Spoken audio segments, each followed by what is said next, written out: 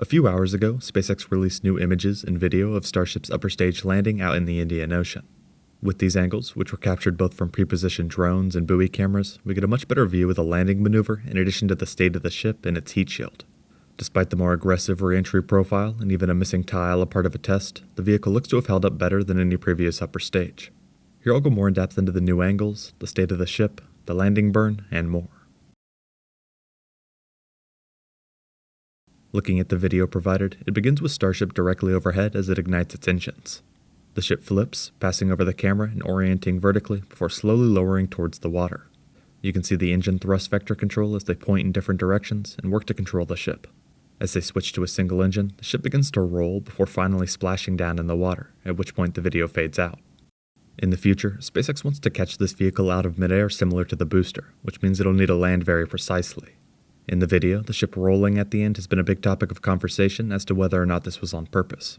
With that in mind, there are a few important things to point out. For one, this flip maneuver was using a unique engine configuration. Specifically, at the start of the burn, only 2 of the sea-level Raptor engines were lit, before eventually going to just 1. On past flights, such as Flight 11, the burn started with all 3 sea-level engines before switching to just 2 and then slowly touching down in the water. One of the major benefits of keeping multiple engines lit is the control it provides, in contrast to just a single engine. All that being said, if you look at the landing footage, as the ship initially descends, the direction both Raptors are pointed is nearly directly down, and the vehicle is descending in a controlled manner. That's until the Raptor engines adjust their thrust vector somewhat dramatically, at which point the ship begins to roll. One of the engines is then cut, which only adds to the movement before it finally makes contact with the water. Looking at videos from Flight 11 gives a good comparison. From a similar angle, you can see the ship initiate its flip. In this case, using all 3 engines, there's not nearly as much thrust vectoring, and by the time they switched to 2 engines, the ship had already gotten rid of just about all of its speed and started a very controlled descent. It's clear that going from 3 engines to 2 rather than 2 to 1 provides some added control and stability benefits. It's also worth noting that on Flight 12, they had to make up for the fact that one of the Raptor vacuum engines was lost early into the second stage burn. As a result, they had to fire the remaining engines for quite a bit longer than the flight profile had originally intended, in order to put Starship on the correct trajectory.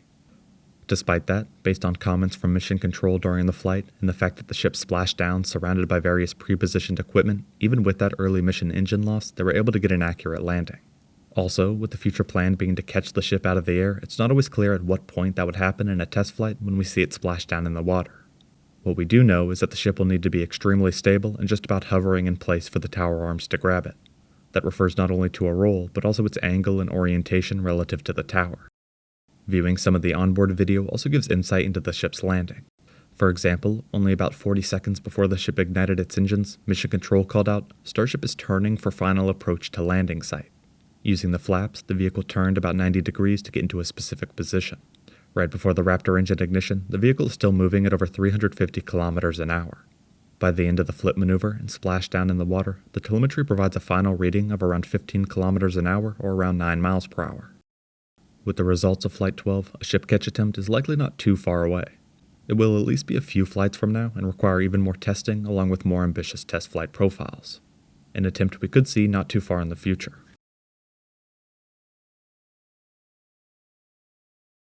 Another benefit of the new video and images posted by SpaceX is that they provide a much clearer view of the ship's heat shield. In an image of the ship overhead at the start of the flip maneuver, we can see just about the entire heat shield and its general condition. Overall, it looks to be in very good shape with no visible missing tiles or damage to the structure itself. You can also faintly see some color going down the center of the heat shield. Changing to a still frame from the new video, it highlights a lot more detail in the condition of the tiles. There are a few things that stand out, one of which is the white and dark orange colors across the ship's body. It's thought that these colors are caused by a combination of parts of the tiles or the filler between the tiles being eroded or ablated away during reentry. It could also be the backup ablative layer, which is installed between the ship's steel and the actual heat shield tiles. On Flight 12, similar to past launches, SpaceX had different heat shield related tests, such as removing a single tile. They wanted to see how a missing tile would affect the surrounding tiles in the event one was lost. This obviously creates somewhat of a weak point in an area that ultimately is put under more stress than in normal circumstances. We saw more extreme instances of ablative material and metallic tile deposits back on Flight 10. In that case, nearly the entire heat shield was either orange or white after going through a reentry. While the tiles and ship in general are in much better shape after Flight 12, in some ways they shouldn't be compared because of all the extra stress and experiments on past flights. In theory, once SpaceX launches without missing or experimental tiles, you would expect the ship to be in very good condition even after re-entry. Their goal is for the vehicle to be rapidly reusable, which means that the heat shield will have to be capable of launching again and again. Focusing back on the video still frame, you can also see a number of tiles on the side that are painted white.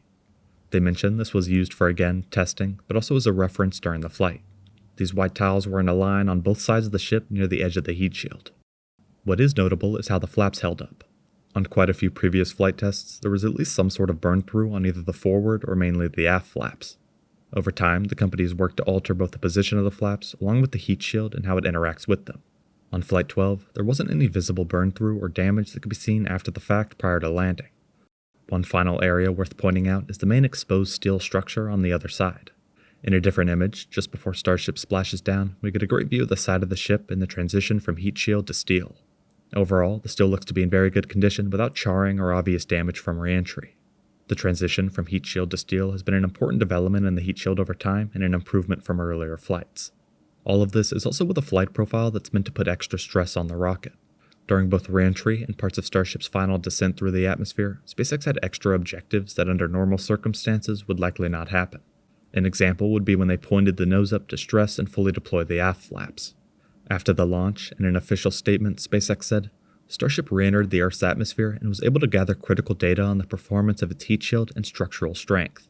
In the final minutes of flight, Starship performed a maneuver to intentionally stress the structural limits of the vehicle's rear flaps in a dynamic banking move to mimic the trajectory that future missions returning to Starbase will fly.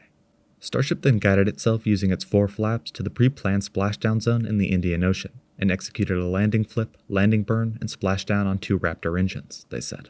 In general, SpaceX seems to be happy with the result of the launch and will now begin preparing for Flight 13. On that flight, we can expect a lot of similar objectives as they work out any of the booster issues along with adjustments to the ship. Once they're ready, we'll see Starship placed in orbit and even more serious developments within the program.